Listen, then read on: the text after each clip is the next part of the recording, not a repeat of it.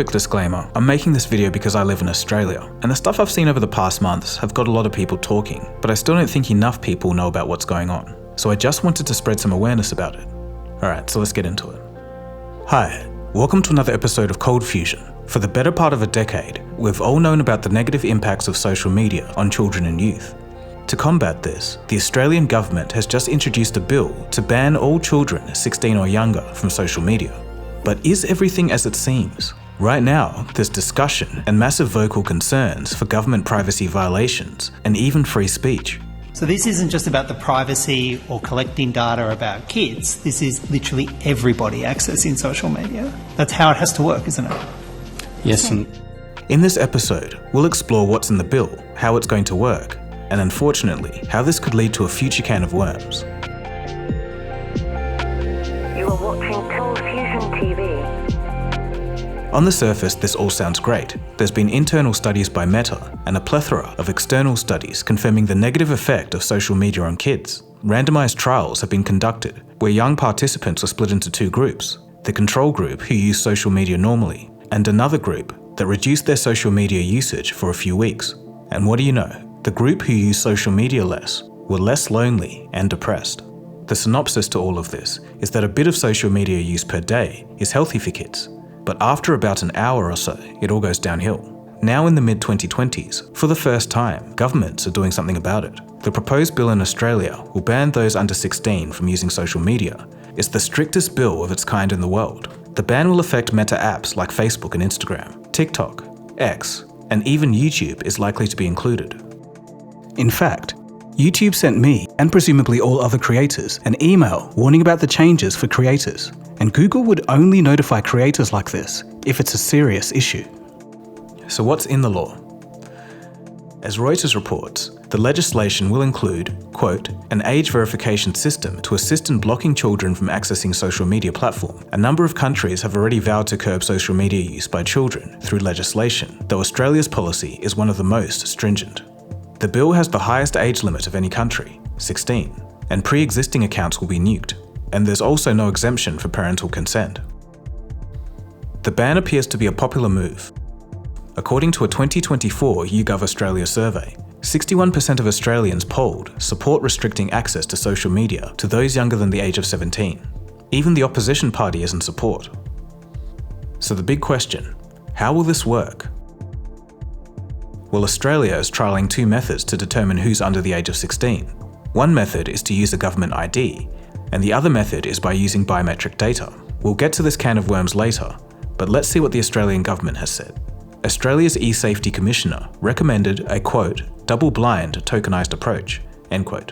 This means that information would be provided to a verifying third party, and that third party would certify the user's age and give that information to the social media platforms anonymously. Under this system, the details about the child aren't going to be revealed. In a 2024 Australian e-safety commissioner report, they looked to the EU for an extremely cutting-edge solution by using cryptographic encryption for a so-called, quote, age assurance token, end quote. And these are anonymous, stored on device or in an app. Another idea being talked about is to utilize user behavioral patterns. An algorithm will then determine the rough age of the user. Other options to filter and determine age include facial scanning, either from a camera or in the form of an ID scan. And this is where the skepticism begins to build. So proponents do say that this will keep children safe, encourage them to live in the real world, and give them back the childhood that they were robbed of. But there was an interesting moment during the Prime Minister's announcement of the bill. During question time, when asked, will Australians have to be prepared to scan their faces when using social media, the answer wasn't exactly straight. Should Australians be prepared for having their faces scanned to use social media? Should they be prepared to upload their documents to some sort of government database that social media companies can then tap into for age verification? I mean, what are the options here? As you say, the age assurance trial hasn't been finalised yet. Well, this is exactly what the age assurance trial is informing. But let's be clear too, these platforms know their users better than anyone. These platforms understand their habits, their capabilities, what sort of content should be driven to them and what their behaviours are. So in this year that we will take in terms of implementation, that will be the key focus. And as the Prime Minister mentioned, it's very important to have privacy protections in place. This is a complex area, but it is one that we are determined to get right. It's one that we are determined to implement because we know what's at stake here. Interestingly, on public TV, when discussing the issue of the bill and face scanning for all Australians, the answer is a straight no. You're right, this is the first country in the world to do this. We should be proud of that. I don't think we're going to be the last. You're saying the tech companies have to come up with a plan that's right. to prove that they're not. So is that facial recognition, do you think? No, I don't think it will be. But behind the scenes in the Communication Legislation Committee, the answer seems to be yes. Testing of using biometric information, including facial age estimation and voice analysis. Take me through more details what that amounts to. Some of the products on the market that purport to do age assurance involve estimation using facial features, voice analysis and other biometric information. So that means like a 180 degree like you do for your Face ID? Is that what that means? Not just a selfie? Yeah, I can't speak with any details, but there are companies and tools on the market which purport to be able to accurately estimate a child's age using things like facial features, proportion of bone allocation, distance between eyes, etc. I mean, there's a range of different utilising, I should say, machine learning and AI capabilities. There's a range of different. We are going to have people to move with on existing soon, accounts. Canavan. People with existing accounts, will they have to give this biometric information to keep their accounts? Like a 50-year-old have to do that? Where the platform doesn't already hold the age inference data that provides them, that is constitutes a reasonable step, it is possible they will be required to provide some further assurance. Thank you. Thank you. Thanks. And with that, we come to the other side of the argument. On the other side of the aisle, people argue that banning kids under 16 is just a thinly veiled attempt at mass surveillance. Of course, if you're testing to see if someone's 13 or 14 or 15 or 16, you're also testing to see, by definition, if they're 16 plus. So if there's going to be age verification, everybody is going to have to go through an age verification process, won't they? Yes. Yes.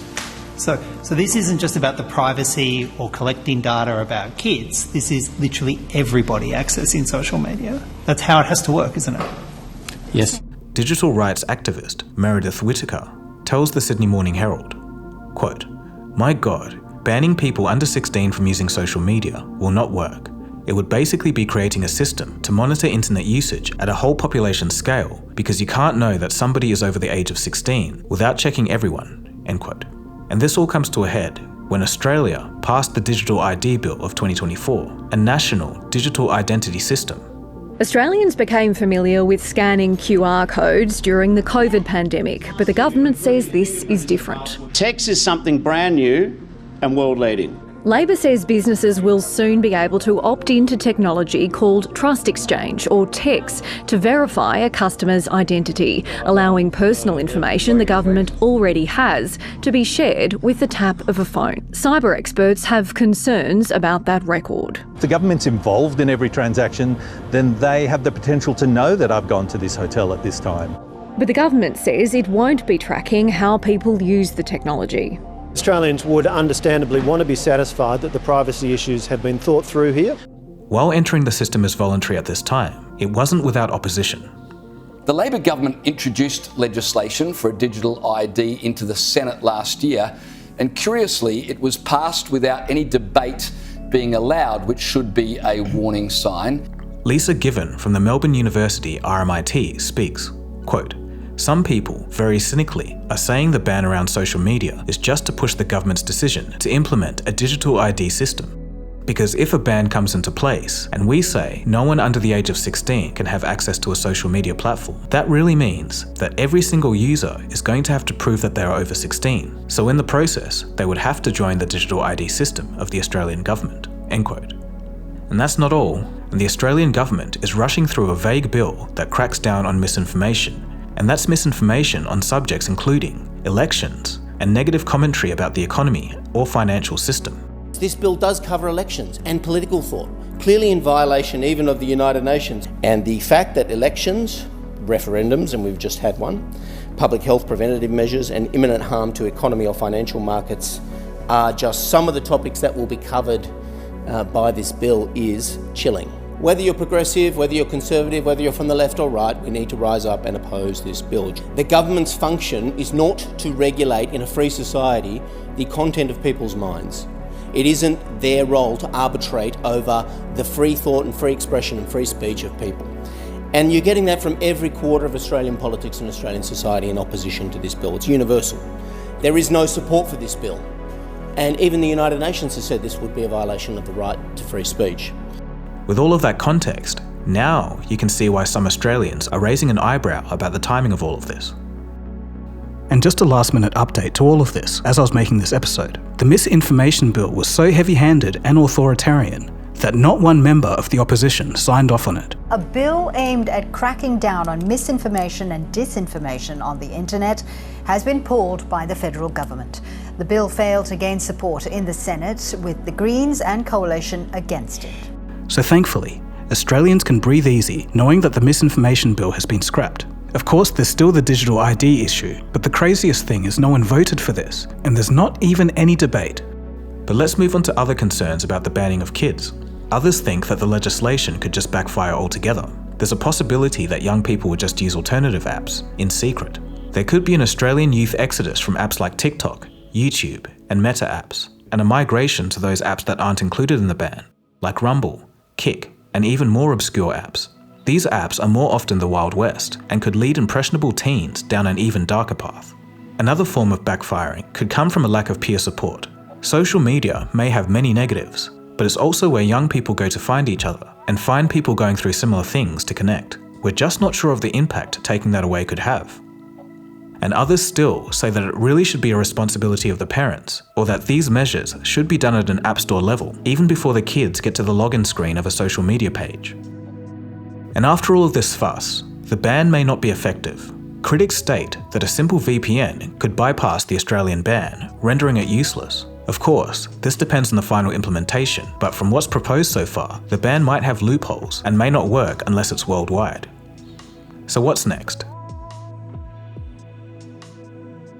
Well, the legislation will be introduced into the Australian Parliament this year, and the laws will come into effect 12 months after being passed by lawmakers. Another update to this story. The under-16 social media ban bill has officially been passed. The talk in the media now seems to be around forcing social media companies to come up with solutions in collaboration with the Australian government.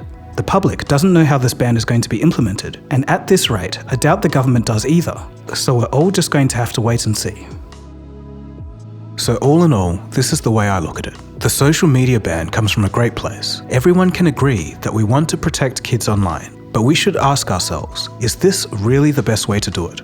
Parents should be the first line of defence, not the government. Even though it's a noble cause, I do have concerns over its effectiveness and the glaring potential for abuse by the Australian government. But that's just my opinion. What do you guys think? Feel free to let me know in the comment section below. Also feel free to send this to anyone who would be interested. You know, when you look at the social media bill in more detail, it doesn't seem very logical, does it? But something that definitely is logical is Brilliant.org. Brilliant is where you learn by doing, with thousands of interactive lessons in maths, science, data analytics, programming, and AI. They have courses on logic, which teach you how to think logically in a fun and entertaining way.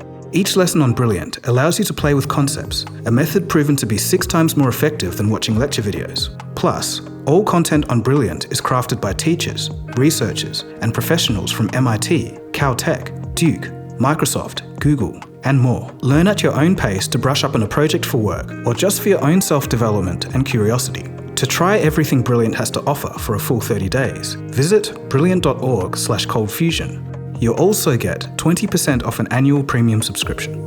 Anyways, that's about it from me. My name is Dagogo, and you've been watching ColdFusion, and I'll catch you again soon for the next episode. Cheers, guys. Have a good